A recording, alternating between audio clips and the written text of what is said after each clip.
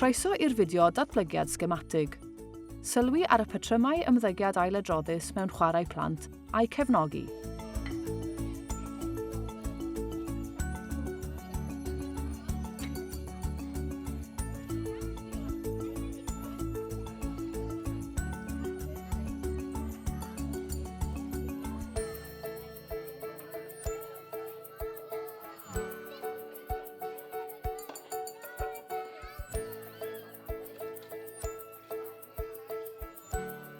Byddwn yn edrych ar sut i adnabod sgemau, pam mae deall sgemau yn bwysig i'n hymarfer, sut i ddefnyddio ein harsylwadau o sgema plant wrth gynllunio i gefnogi plant i wneud cynnydd, sut gall chwarae yn yr awyr agored a defnyddio rhannau rhydd, gefnogi datblygiad a dysgu sgematig plant.